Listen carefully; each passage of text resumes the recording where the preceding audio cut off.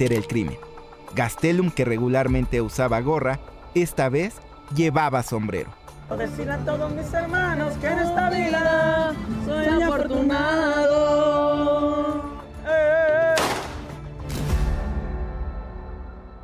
Hay muertes que ocurren lejos de las cámaras. La de César Gastelum ocurrió exactamente donde millones de personas podían verla.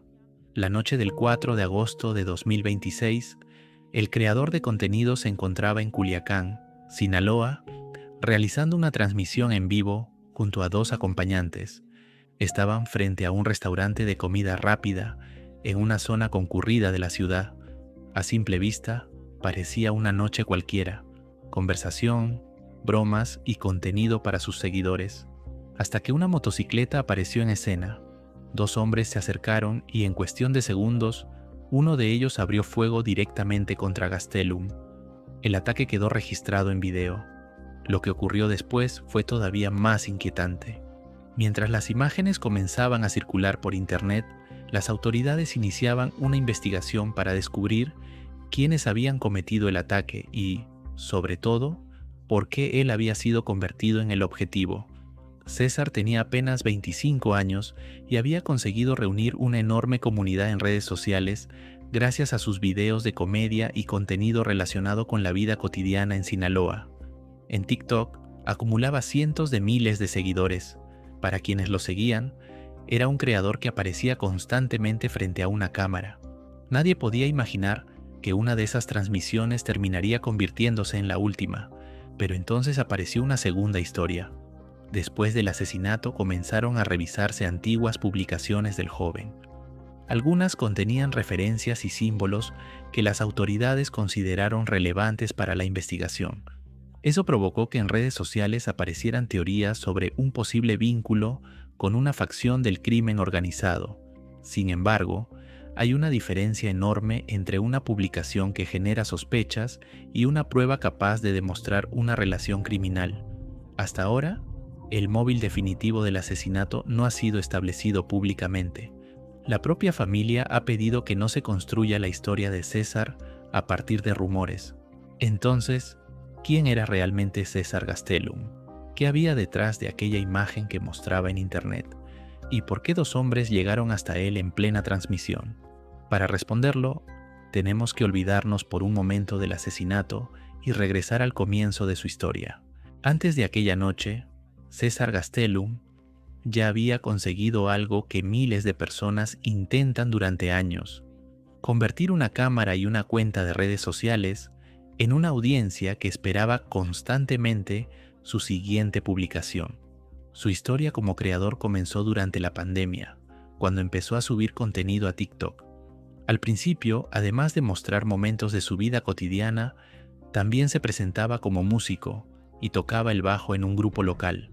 Poco a poco, fue encontrando una identidad propia frente a la cámara y comenzó a ganar reconocimiento entre usuarios de Sinaloa. Con el tiempo, aquella presencia digital creció. Sus videos estaban relacionados principalmente con el humor, las bromas, los retos y situaciones inspiradas en la cultura sinaloense. Su personaje en internet llegó a ser conocido como Compasexor y reunió a cientos de miles de seguidores en TikTok. Para sus seguidores, aquella exposición podía parecer parte de una vida completamente normal. Un día aparecía haciendo una broma, otro compartía algún momento cotidiano y después podía estar transmitiendo directamente desde algún punto de Culiacán. La cámara se había convertido en una extensión de su rutina, pero esa misma exposición tendría una importancia enorme después de su muerte. Cuando una persona publica constantemente dónde está, qué está haciendo y con quién se encuentra, también deja una especie de registro público de sus movimientos. Y en el caso de César, la última transmisión no solamente permitió que sus seguidores fueran testigos de lo ocurrido, también dejó material que podía resultar relevante para quienes investigaban el ataque. Lo más desconcertante es que, hasta ese momento, nadie que estuviera viendo aquella transmisión podía saber que estaba observando los últimos minutos de la vida del creador. Después del asesinato, sus publicaciones anteriores comenzaron a ser revisadas con otros ojos. Fotografías, símbolos, canciones y referencias que antes podían parecer parte de su contenido fueron interpretados por algunos usuarios como posibles indicios de una relación con grupos criminales. Pero aquí aparece una diferencia fundamental. Que algo genere sospechas en Internet no significa que haya sido demostrado por una investigación. De hecho, la familia ha pedido públicamente que no se especule sobre supuestos vínculos de César con el narcotráfico y que su memoria no sea definida por rumores. Y mientras las redes intentaban encontrar una explicación, las autoridades tenían que responder una pregunta mucho más concreta. ¿Qué ocurrió realmente aquella noche y quién decidió atacar al joven? La noche del 4 de agosto parecía comenzar como cualquier otra jornada de contenido. César Gastelum estaba en Culiacán, Sinaloa, acompañado por 2 colaboradores, y los 3 se encontraban grabando para sus redes sociales. Vestían como repartidores de comida y utilizaban mochilas de Rappi mientras realizaban la transmisión. El escenario elegido fue el estacionamiento de un restaurante de comida rápida ubicado en el sector Desarrollo Urbano Tres Ríos. Lo que nadie podía imaginar era que ese lugar terminaría convertido en la escena de un homicidio. La transmisión avanzaba con normalidad hasta que la presencia de 2 hombres en una motocicleta comenzó a llamar la atención de quienes estaban frente a la cámara. No fue simplemente una aparición fugaz. Los acompañantes de César también percibieron que aquellas personas se estaban acercando y, según lo que quedó registrado en la transmisión, el ambiente cambió antes de que ocurriera el ataque. Entonces apareció una frase que, después de la tragedia, adquiriría un significado completamente diferente. César manifestó que aquellos jóvenes le daban miedo. En ese instante, todavía existía la posibilidad de que todo terminara en una simple sospecha. Podían alejarse, podía tratarse de una coincidencia o incluso de personas que nada tenían que ver con ellos. Pero los segundos siguientes demostrarían que aquella preocupación no era infundada. Los hombres se aproximaron a bordo de la motocicleta y uno de ellos atacó directamente al creador. Los acompañantes que estaban junto a él sobrevivieron y posteriormente quedaron como posibles testigos de una escena que, además, había quedado registrada por la propia transmisión y por cámaras de seguridad del establecimiento. El ataque ocurrió a pocos metros de las instalaciones de la Fiscalía General del Estado de Sinaloa. A pesar de esa cercanía, los responsables consiguieron escapar del lugar. En las primeras horas posteriores al crimen, las autoridades no habían informado sobre personas detenidas ni habían establecido públicamente un móvil definitivo. Y aquí aparece uno de los detalles que hizo que este caso fuera diferente a muchos otros. No había que buscar solamente testigos que hubieran observado el ataque desde lejos. Existía un registro audiovisual del momento. La transmisión había capturado parte de lo ocurrido y las cámaras del restaurante también podían aportar información sobre la llegada y huida de los agresores. Para los investigadores, aquello significaba una oportunidad única para reconstruir la secuencia. Saber desde dónde llegaron, cómo se aproximaron, cuánto tiempo permanecieron en el lugar y hacia dónde escaparon. Pero también significaba algo más. La misma cámara que había ayudado a César a construir su carrera terminó registrando sus últimos instantes. Y mientras el video comenzaba a circular por internet, otra pregunta empezaba a crecer entre quienes intentaban entender el crimen. ¿Los atacantes estaban buscando específicamente a César? ¿O aquella transmisión simplemente había revelado dónde se encontraba en ese momento? La respuesta a esa pregunta sería fundamental para determinar si se trató de un ataque planeado o de un crimen cuyo motivo todavía permanece oculto. Y para descubrirlo, los investigadores tendrían que estudiar algo más que las imágenes. Tendrían que reconstruir cada movimiento ocurrido antes, durante y después del ataque. En cuestión de segundos, la transmisión que había comenzado como una noche más de contenido se convirtió en una evidencia que ahora podía ser analizada por los investigadores. El ataque ocurrió en el estacionamiento de un restaurante de comida rápida situado en el sector Desarrollo Urbano Tres Ríos, en Culiacán, una zona que se encontraba a pocos metros de las instalaciones de la Fiscalía General del Estado de Sinaloa. Los primeros reportes señalaron que 2 hombres llegaron a bordo de una motocicleta. Uno de ellos se aproximó hasta donde estaba el creador y realizó el ataque, mientras el otro permanecía junto al vehículo.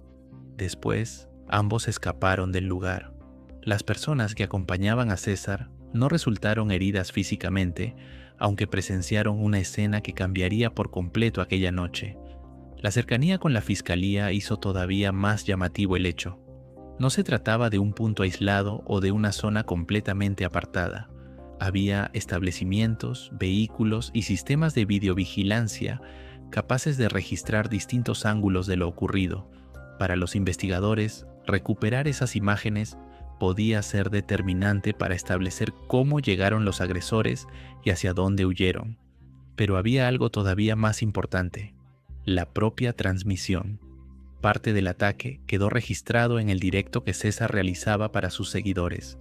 Ese material comenzó a circular rápidamente por redes sociales y permitió conocer algunos de los segundos previos al crimen.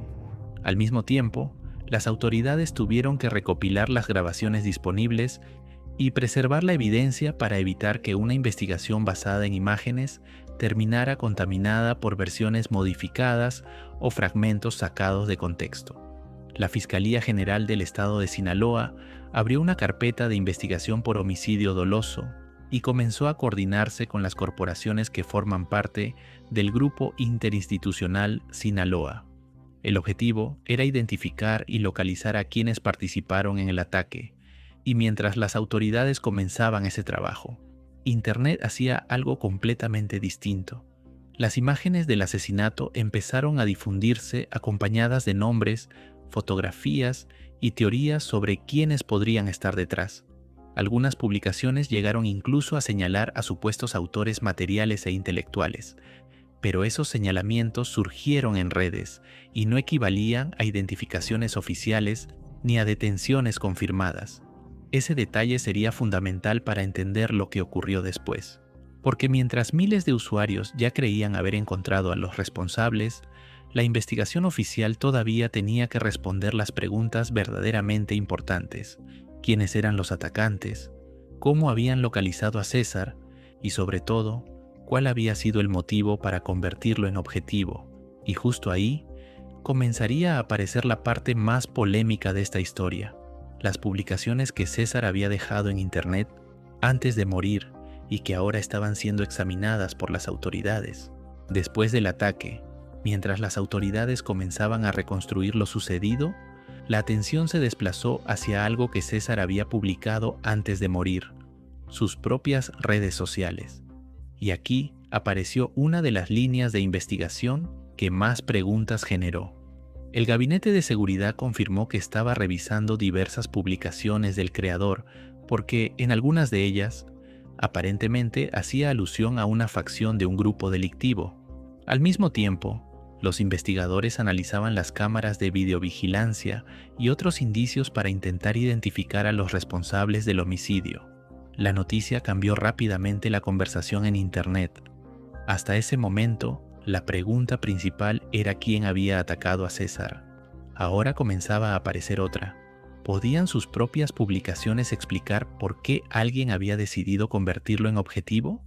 Algunos usuarios comenzaron a revisar fotografías, videos, canciones y símbolos que el joven había compartido durante los últimos meses. Entre esas publicaciones, llamó especialmente la atención un video realizado pocos días antes de su muerte, en el que aparecía utilizando un sombrero de vaquero mientras bailaba junto a otra creadora de contenido. Debido al contexto de la disputa entre facciones del cártel de Sinaloa, algunos usuarios interpretaron aquel detalle como una posible referencia a la malliza. Pero existe un problema con esa interpretación. Un sombrero, una canción o una fotografía pueden generar una hipótesis, pero no demuestran por sí mismos que una persona pertenezca a una organización criminal. Y hasta el momento, las autoridades no han establecido públicamente que César fuera integrante de alguna de esas estructuras. De hecho, especialistas consultados sobre el caso han señalado que su contenido podía tener una estética relacionada con la cultura buchona, sin que eso significara necesariamente que fuera un propagandista de un grupo criminal. Por eso, los investigadores tenían que separar dos cosas completamente diferentes: lo que César mostraba en Internet y lo que realmente podía demostrar una investigación criminal. Mientras las redes construían teorías a una velocidad impresionante, las autoridades seguían otro camino. Las publicaciones eran solamente una línea de investigación entre varias. También estaban las grabaciones de las cámaras, los indicios encontrados en el lugar y la información necesaria para reconstruir cómo los agresores llegaron hasta él y cómo consiguieron escapar. Y había una pregunta que seguía sin respuesta. Si aquellas publicaciones realmente tenían relación con el crimen, ¿qué había visto alguien en ellas para considerar a César un objetivo? Porque una cosa era segura: los atacantes no parecían haber llegado al lugar por accidente. El ataque fue dirigido directamente contra él. La respuesta a esa pregunta llevaría la investigación mucho más allá de una cuenta de TikTok y, al mismo tiempo, convertiría la vida digital del creador en una pieza central de un caso cuyo verdadero motivo todavía permanecía oculto. Pero mientras las publicaciones de César eran examinadas por las autoridades, en Internet estaba ocurriendo algo todavía más grande. La investigación oficial avanzaba por un lado y las redes sociales construían su propia versión de la historia por otro. Después del asesinato, comenzaron a circular fotografías de personas que usuarios de Internet señalaban como posibles responsables. También aparecieron nombres, capturas de pantalla y supuestas identificaciones de los hombres que habían participado en el ataque. El problema era que ninguna de esas acusaciones había sido confirmada oficialmente por la Fiscalía, y esa diferencia era fundamental. En un caso donde existe un video del ataque, puede parecer sencillo identificar a los responsables. Sin embargo, reconocer un rostro, una motocicleta o una característica física en una grabación no equivale automáticamente a conocer la identidad de quien aparece en ella. Los investigadores necesitan comprobar esa información mediante otras evidencias antes de convertir una sospecha en una acusación formal. Mientras tanto, el nombre de César seguía apareciendo en miles de publicaciones. Algunas personas intentaban reconstruir sus últimos días, otras buscaban una explicación en sus videos, y otras comenzaron a relacionar su asesinato con la disputa entre diferentes facciones del cártel de Sinaloa. Esta última hipótesis no apareció de la nada. El propio Gabinete de Seguridad informó que algunas publicaciones del creador estaban siendo consideradas dentro de las líneas de investigación porque, según las autoridades, hacían alusión a una facción de un grupo delictivo. Pero eso significaba que se estaba investigando esa posibilidad, no que ya se hubiera demostrado que esa era la razón del asesinato. Y entonces apareció otro nombre que terminaría atrapado en la tormenta de especulaciones: la Beba.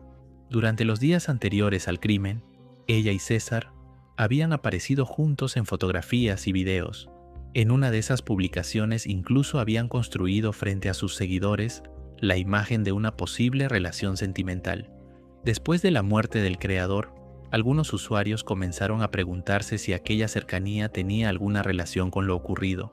La situación empeoró cuando una transmisión de la Beba comenzó a circular. En ella recibió la noticia del asesinato y su reacción fue interpretada de distintas maneras por quienes observaban el directo. En cuestión de horas, las redes habían pasado de preguntar quién mató a César a señalar a personas concretas sin pruebas públicas que demostraran su participación. Y eso convirtió el caso en algo todavía más complicado, porque ahora los investigadores no solamente tenían que seguir el rastro de los verdaderos agresores, también tenían que hacerlo mientras una avalancha de rumores amenazaba con ocultar las pistas reales. Pero la historia de la Beba todavía tenía una explicación que cambiaría por completo la percepción de aquella relación. Y entonces apareció una aclaración que cambiaba una parte importante de lo que se estaba diciendo en redes. Durante varios días, miles de usuarios habían hablado de la Beba como si fuera la pareja de César. Las fotografías juntos, los videos que habían grabado y la cercanía que mostraban frente a sus seguidores hicieron que esa versión pareciera cierta.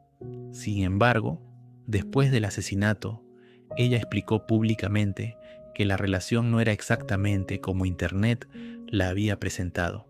Según su propia versión, ambos habían estado haciendo contenido juntos y existía cercanía entre ellos. pero negó que fueran novios. La confusión aumentó porque apenas unos días antes del crimen, los dos habían aparecido juntos en una publicación. Ese contenido se convirtió después en uno de los últimos registros públicos en los que podía verse al creador con vida. Pero la verdadera controversia llegó cuando ella se enteró de la muerte.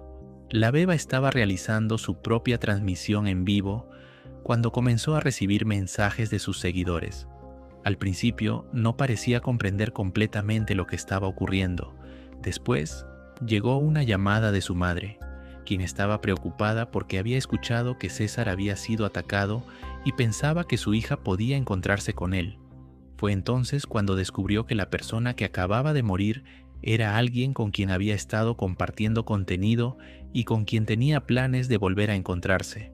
Su reacción quedó registrada en la transmisión, y como suele ocurrir en Internet, unos segundos fueron suficientes para que miles de personas comenzaran a interpretar lo que habían visto. Algunos usuarios consideraron que su comportamiento era extraño. Otros llegaron mucho más lejos y empezaron a señalarla como una posible cómplice del asesinato. Pero aquí debemos detenernos. No existe, en la información pública disponible hasta ahora, una prueba que demuestre que la beba haya participado en el asesinato.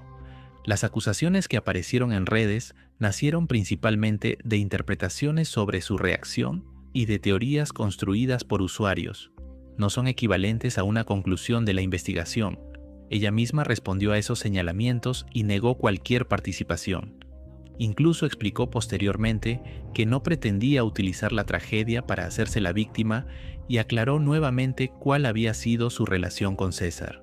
Así, mientras Internet encontraba nuevos sospechosos cada pocas horas, las autoridades tenían que concentrarse en algo mucho más difícil: distinguir las pistas reales de todo el ruido que estaba generando el caso.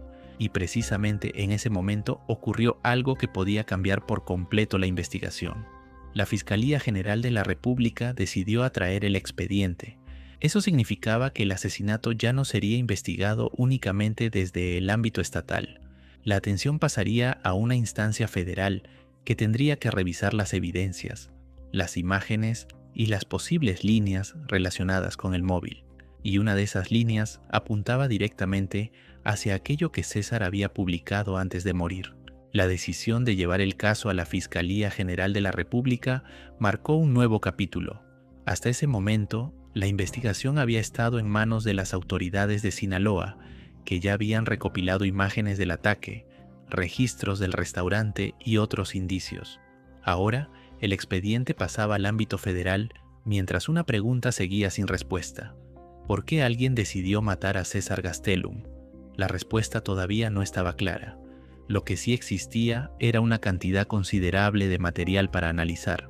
Las cámaras del establecimiento habían registrado a los dos agresores y, de acuerdo con la información publicada, también permitieron observar sus movimientos alrededor del lugar. La transmisión del propio creador aportaba otra perspectiva de los momentos previos al ataque. Eso hacía especialmente importante reconstruir la secuencia completa. Los investigadores podían comparar lo captado por la transmisión con las imágenes de seguridad y establecer qué ocurrió antes de que los agresores se acercaran. Incluso los minutos previos adquirieron relevancia porque la motocicleta utilizada por los atacantes habría sido vista anteriormente en la zona.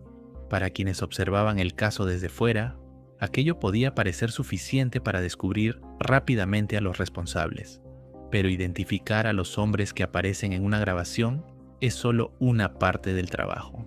Después hay que establecer quiénes son, qué relación tenían con la víctima y, sobre todo, quién pudo haber ordenado el ataque. Y ahí aparecía nuevamente el móvil. Las autoridades habían informado que entre las líneas de investigación estaban varias publicaciones realizadas por César. Algunas, según el Gabinete de Seguridad, hacían referencia a una facción de un grupo delictivo. También se analizaba si el contenido que realizaba podía estar relacionado de alguna manera con el crimen, pero mientras esa posibilidad era investigada, comenzaron a surgir interpretaciones cada vez más contundentes en redes. Una de ellas se centró en el significado que determinados símbolos pueden tener dentro de Sinaloa. Fotografías antiguas del creador comenzaron a circular nuevamente, y algunos usuarios intentaron interpretar su vestimenta, sus accesorios y las canciones que utilizaba en sus videos como mensajes ocultos. Uno de los contenidos que más atención recibió había sido publicado apenas 3 días antes de su muerte. Allí aparecía junto a la beba utilizando un sombrero mientras sonaba una canción relacionada con el mundo del narcotráfico. Para algunos, aquello representaba una señal. Para otros, simplemente formaba parte del contenido que ambos acostumbraban publicar. Y esa diferencia es precisamente lo que la investigación debe resolver. Porque si esos elementos tenían un significado real, habría que demostrarlo con pruebas que fueran mucho más allá de una interpretación hecha en redes. Mientras tanto, la familia de César pedía algo muy concreto: que no se convirtiera su muerte en una historia construida a partir de rumores. Y con la FGR ahora al frente, la pregunta ya no era solamente quién apretó el gatillo, era quién puso a César en la mira y por qué. A esas alturas, la investigación ya tenía 2 caminos que avanzaban al mismo tiempo. Por un lado estaban los hechos que podían comprobarse. Un ataque ocurrido el 4 de agosto en Culiacán, 2 hombres que llegaron en motocicleta, una transmisión que registró parte de lo sucedido y cámaras de seguridad que podían aportar más información. Por otro, estaban las hipótesis que intentaban explicar por qué César había sido elegido como objetivo. Y precisamente ahí estaba la dificultad. Las autoridades no solamente tenían que descubrir quiénes eran los hombres que ejecutaron el ataque, también debían determinar si existía alguien detrás de ellos. La presidenta Claudia Sheinbaum había confirmado que se investigaría tanto a los autores materiales como a los intelectuales, y que uno de los objetivos principales era establecer el móvil del homicidio. Mientras tanto, el caso comenzó a adquirir una dimensión mucho mayor de la que inicialmente parecía tener. El asesinato de César ocurrió en un momento especialmente delicado para Culiacán. Desde 2024, distintas facciones del cártel de Sinaloa mantienen un conflicto que ha provocado una ola de violencia en el estado. Dentro de ese escenario, la figura de los creadores de contenido se ha vuelto cada vez más complicada. Algunos influencers utilizan símbolos, canciones, ropa o referencias relacionadas con la cultura del narcotráfico simplemente como parte de la estética que consumen sus seguidores.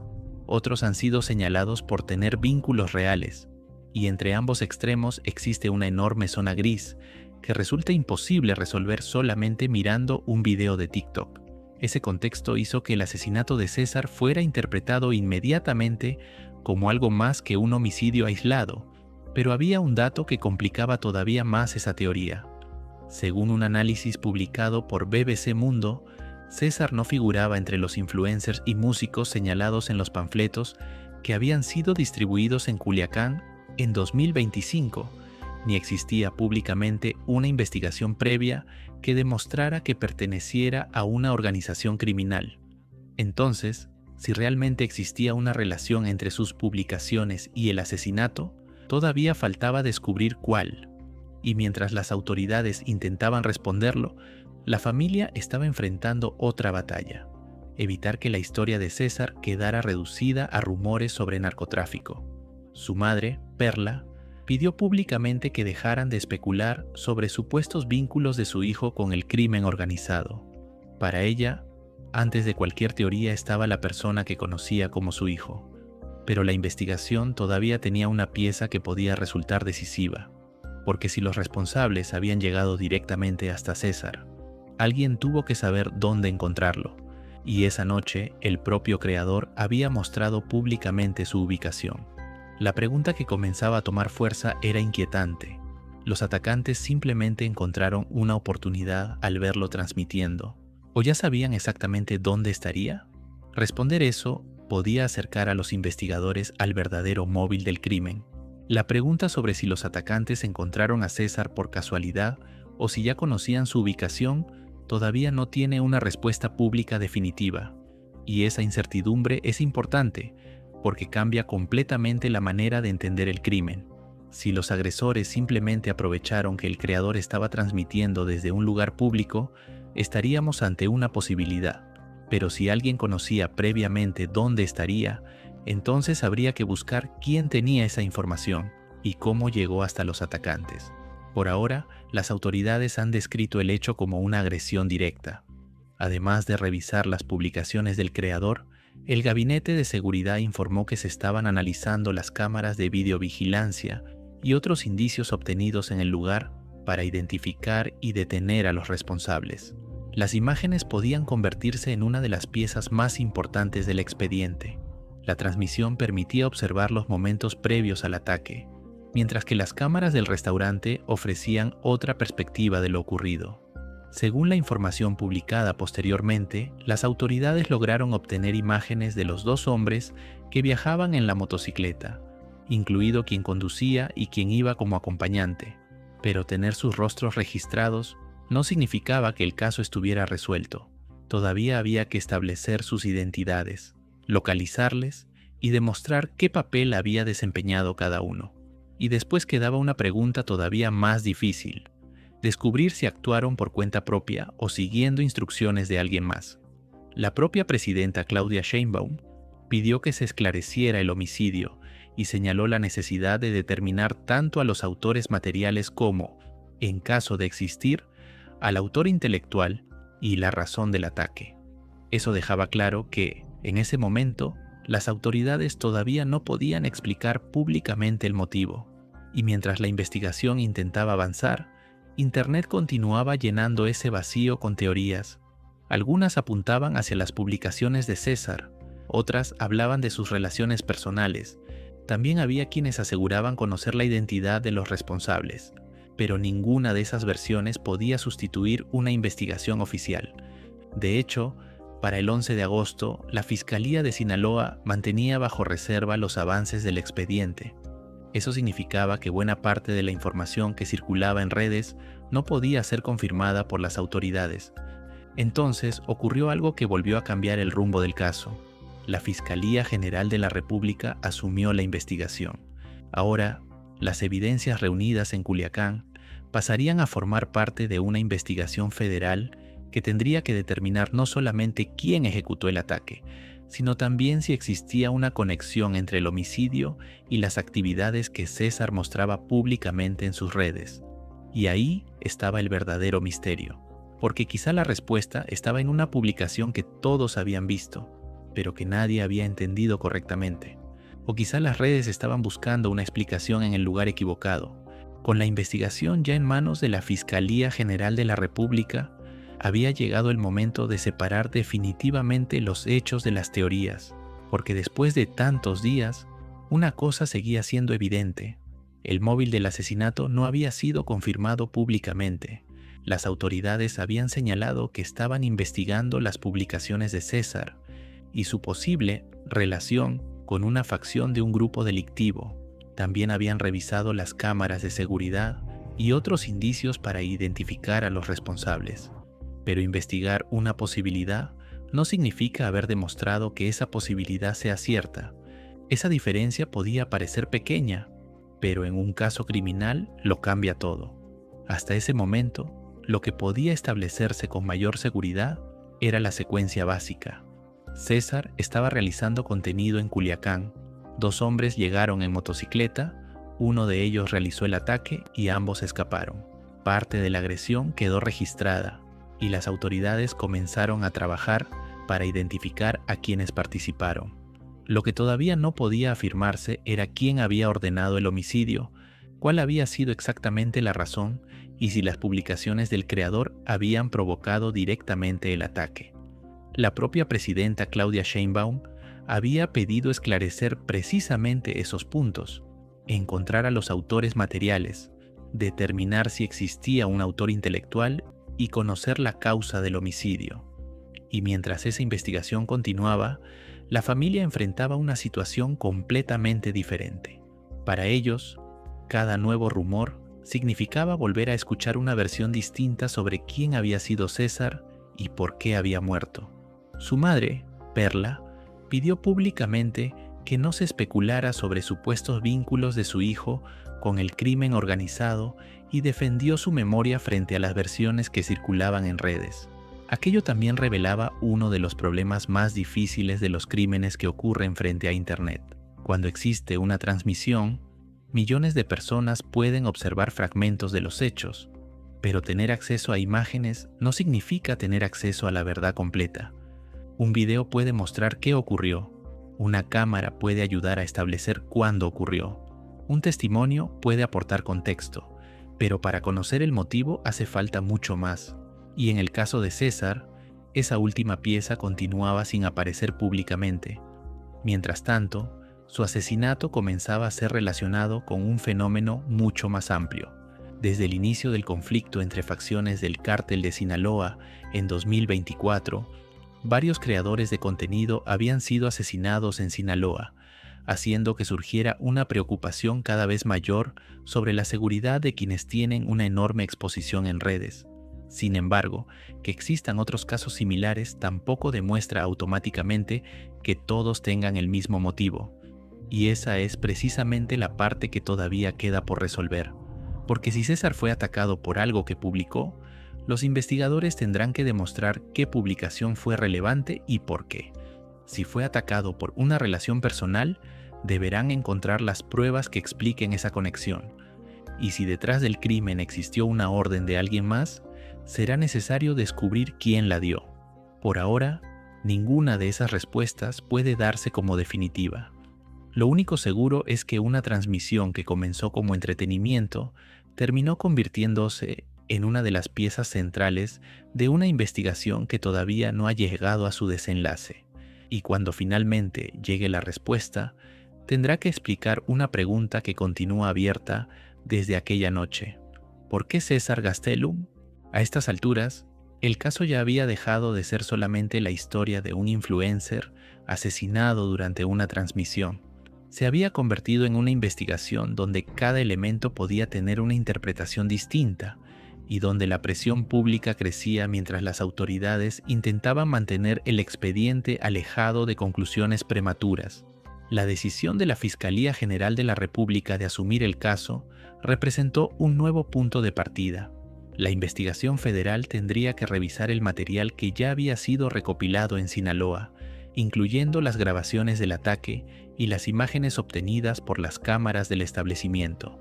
En esas imágenes podían distinguirse los dos hombres que viajaban en la motocicleta, lo que ofrecía a los investigadores una pieza importante para intentar establecer sus identidades.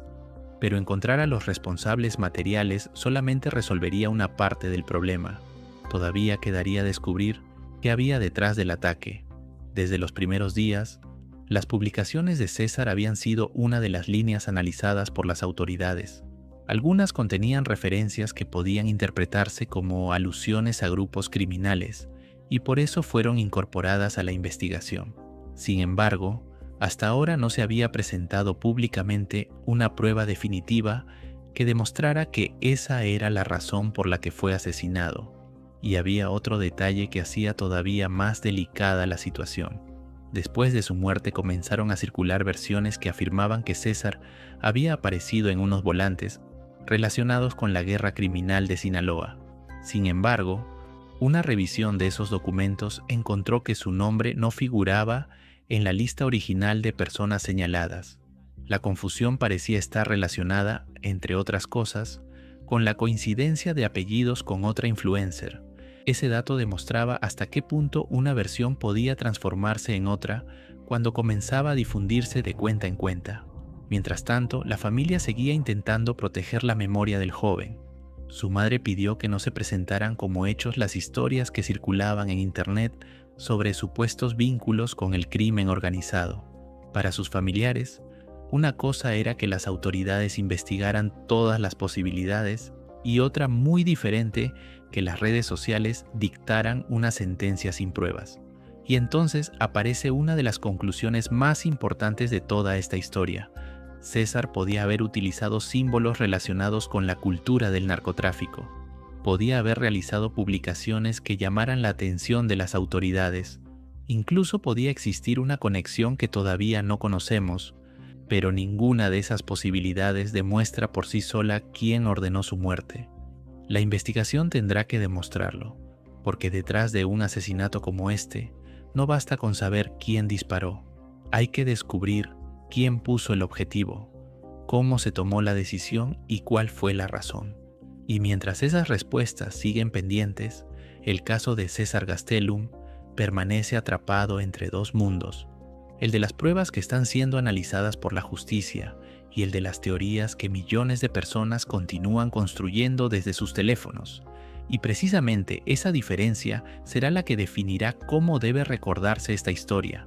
Al final, quizá la parte más importante de esta historia no sea una teoría, una fotografía ni una publicación que alguien encontró después de la muerte de César. Es aquello que todavía no sabemos. Sabemos que el 4 de agosto de 2026, en Culiacán, un creador de contenido fue atacado mientras realizaba una transmisión en vivo. Sabemos que 2 hombres llegaron en motocicleta y que uno de ellos lo convirtió directamente en objetivo. Sabemos que había otras personas junto a él y que el ataque quedó registrado mediante imágenes que ahora forman parte de la investigación. Y sabemos que las autoridades comenzaron a buscar respuestas prácticamente desde los primeros minutos. También sabemos que el caso terminó llegando a la Fiscalía General de la República, mientras la familia pedía que las especulaciones no terminaran definiendo quién había sido César.